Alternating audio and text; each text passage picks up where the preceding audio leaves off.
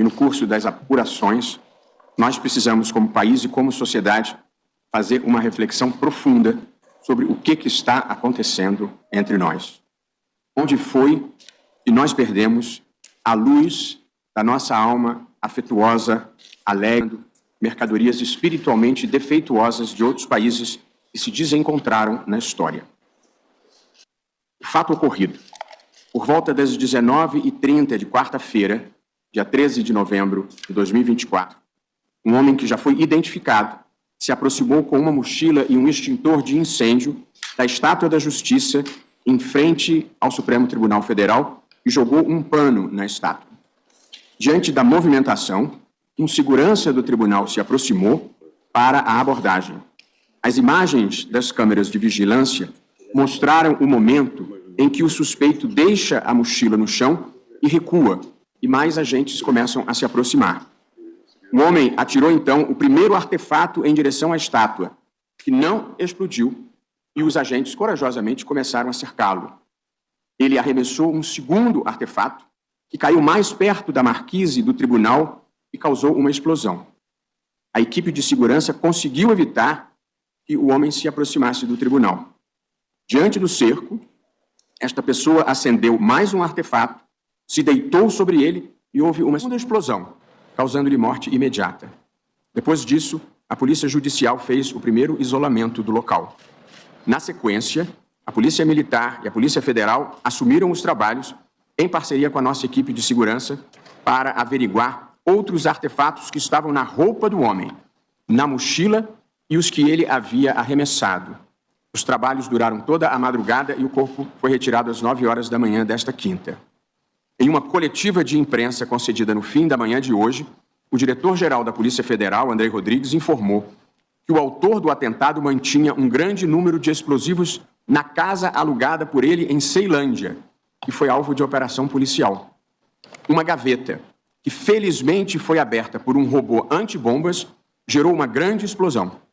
Ninguém se feriu, mas o episódio mostra o nível de periculosidade das pessoas com as quais estamos lidando.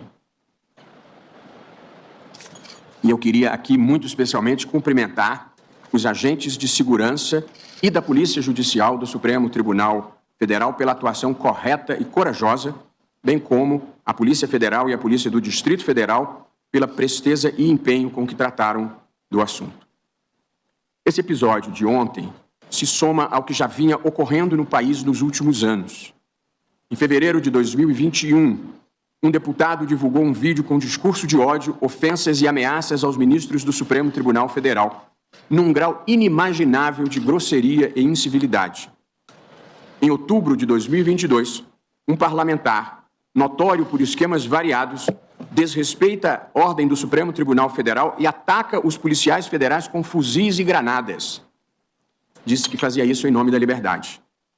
Em outubro de 2022, uma parlamentar persegue de arma em punho um cidadão que havia se manifestado criticamente, em tom, aliás, muito menos grave do que aquele a que todos nós vínhamos sendo submetidos.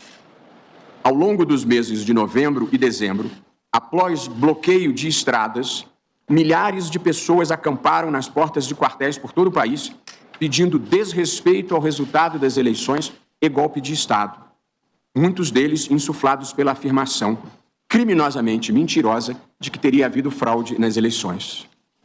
No dia 8 de janeiro de 2023, milhares de pessoas, mancomunadas via redes sociais e com a grave cumplicidade de autoridades, invadiram e depredaram a sede dos 3 poderes da República.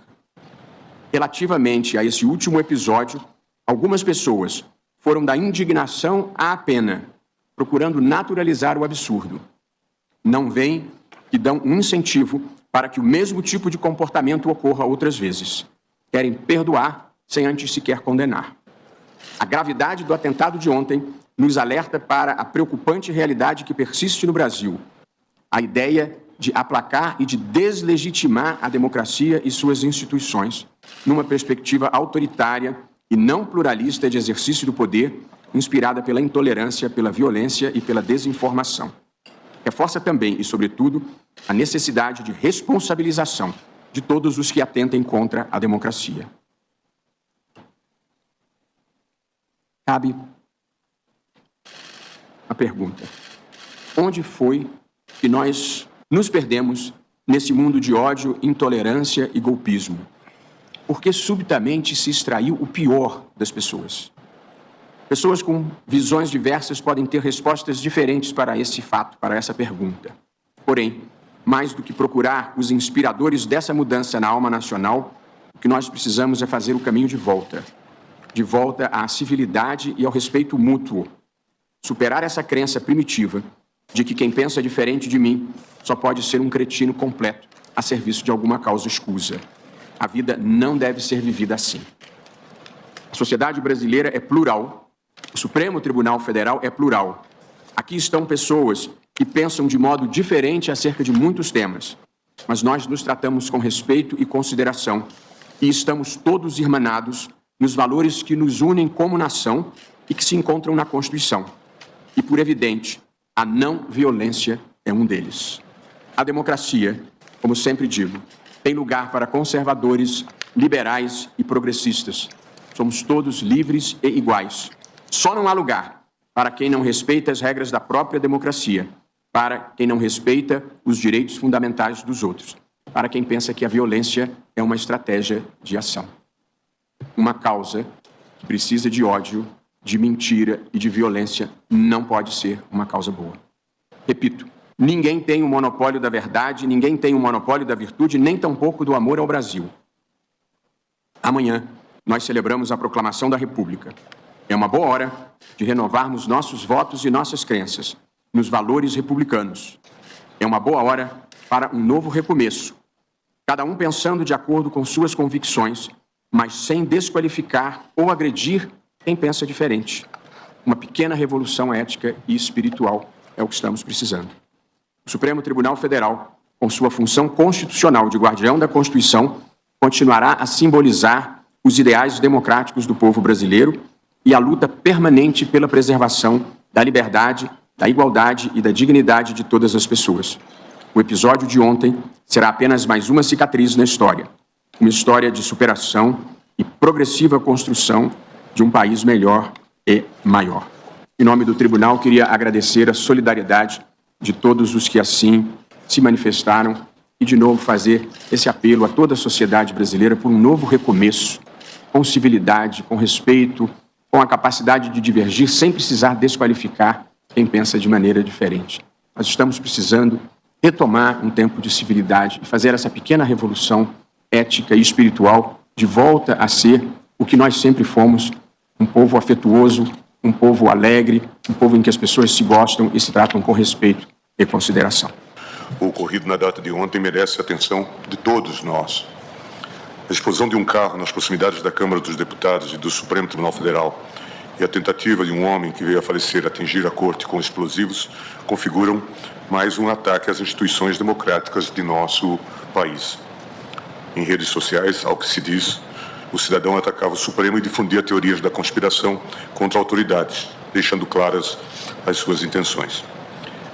Como Vossa Excelência acaba de fazer, a reconstrução histórica dos últimos acontecimentos nacionais demonstra que o ocorrido na noite de ontem não é um fato, infelizmente, não é um fato isolado.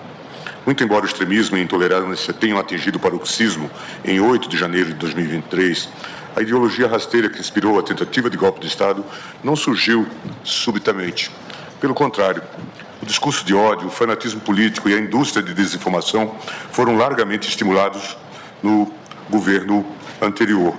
Fruto de um sectarismo infértil, o radicalismo político graçou nas eleições de 2018, em uma campanha caracterizada pela ampla utilização das redes sociais para a difusão de ódio, ataques pessoais e fake news.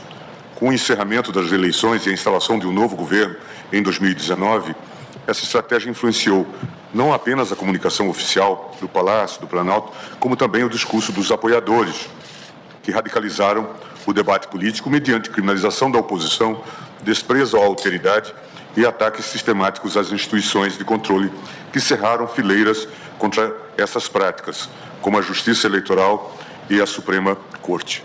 Símbolos e feriados nacionais foram sequestrados com objetivos eleitorais, a ponto de, em 2021, a comemoração do 7 de setembro ter sido utilizada para a realização de ameaças ao tribunal, como lembrou ontem o ministro Luiz Fux, a necessidade de enfrentamento que teve durante a sua presidência, incitando os cidadãos ao descumprimento de decisões judiciais.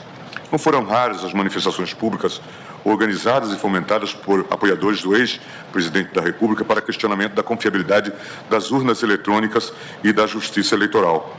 Um movimento que escalonou progressivamente, conforme as pesquisas de opinião apontavam chances concretas de vitória eleitoral do candidato de oposição. Em todas essas manifestações, eram explícitas as alusões a propostas de fechamento do Supremo e de intervenção das Forças Armadas para a deposição do governo eleito, estampadas em faixas, em discursos e em palavras de ordem. Nos últimos anos, foram diversos os atentados contra as instituições de Estado e os valores centrais da democracia, praticados pessoalmente por expoentes da extrema-direita ou por cidadãos, como de ontem, inspirados por essas lideranças. Tais eventos deixaram marcas indeléveis na história brasileira, projetando efeitos transversais em nosso sistema político e, como Vossa Excelência acaba de dizer, um triste e lamentável retrocesso. Rememoro apenas para citar um caso recente, os graves crimes cometidos pelo ex-deputado federal Daniel Silveira, apurados nos autos do inquérito 4828. Em fevereiro de 2021, o ex-parlamentar foi denunciado pela Procuradoria-Geral da República pela suposta prática de crimes de coação no curso do processo, incitação de animosidade entre as Forças Armadas e os poderes constitucionais e tentativa de impedir, com emprego de violência e grave ameaça, o livre exercício das competências constitucionais do Poder Judiciário. Na denúncia, a Procuradoria-Geral narrou que o acusado dirigiu ameaças diretas aos membros da Corte em vídeos divulgados amplamente em suas redes sociais, nos quais dizia estar disposto a matar, morrer e ser preso. Entre as manifestações de desapreço aos poderes constitucionais, chama a atenção a declaração feita em live, realizada em 19 de abril de 2020, na qual o ex-deputado incitou a população a fazer um cerco e invadir os edifícios do Supremo Tribunal Federal e do Congresso Nacional para retirar os ocupantes na base da porrada.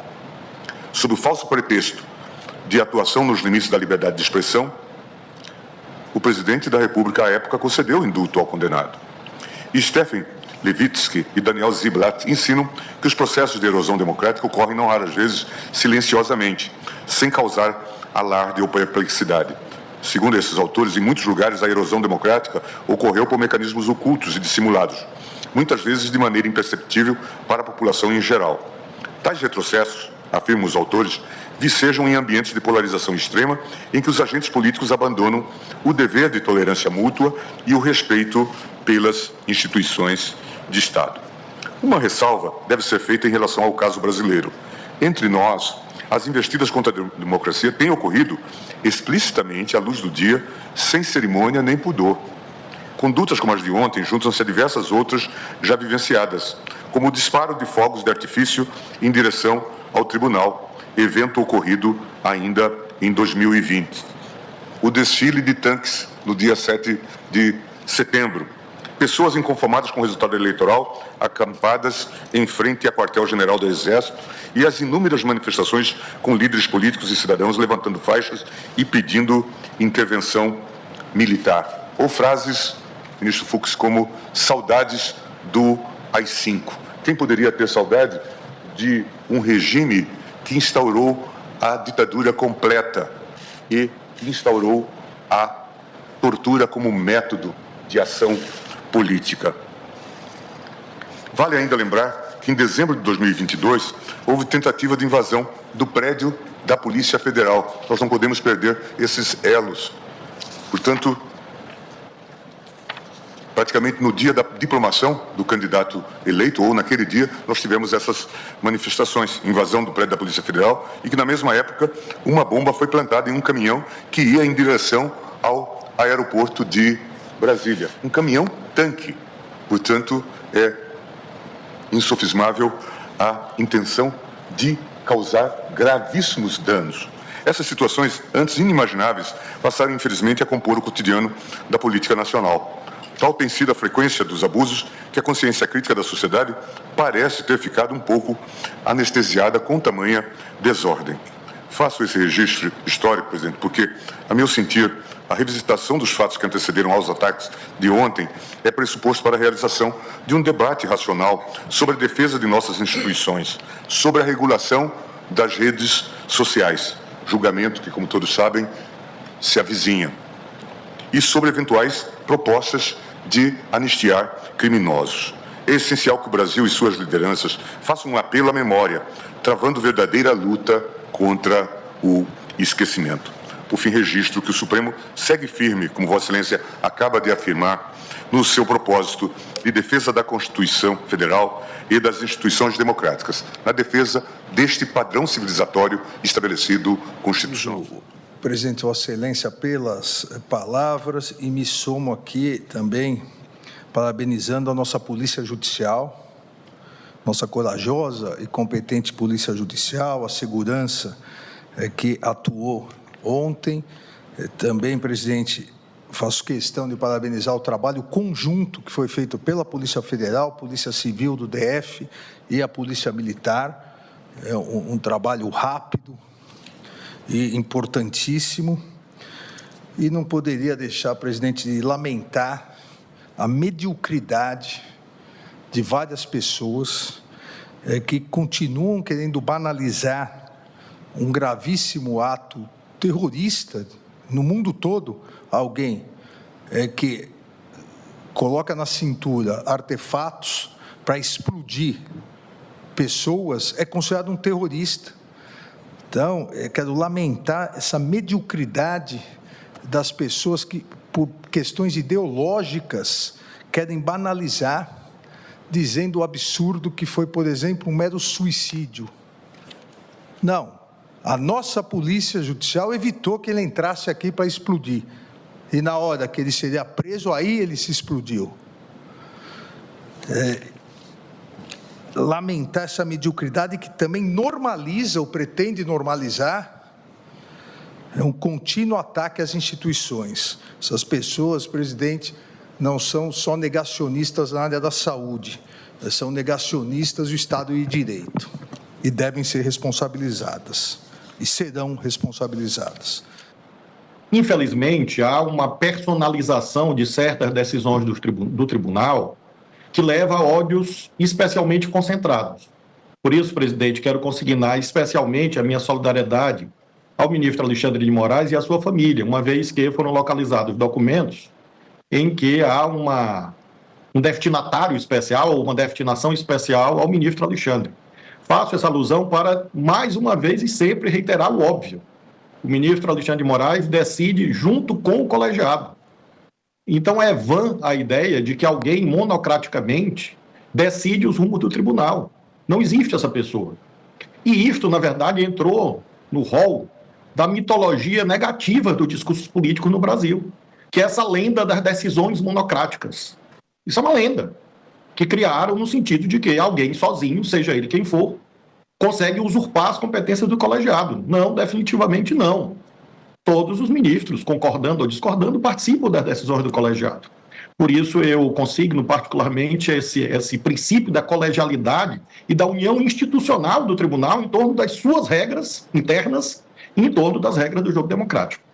O segundo aspecto é que nós temos que pôr fim a esta lógica de backlash, de retaliação. Ministros analisam recursos de defesa do ex-presidente Fernando Collor de Mello, que tenta reduzir penas de 8 anos a 10 meses de prisão por corrupção passiva e lavagem de dinheiro. Mas vemos, ao contrário, uma vulgarização Embargo de declaração na Ação Penal 1025. Ou intimidade por gritos e xingamentos e achincalhes. Além de ser inútil, é algo que acaba estimulando que pessoas, infelizmente desatinadas, acabem se agregando, por exemplo, na internet, para a perpetração de crimes. E por isso mesmo, aqueles que têm mais poder político, que me refiro, têm mais responsabilidade com os destinos do debate público no Brasil.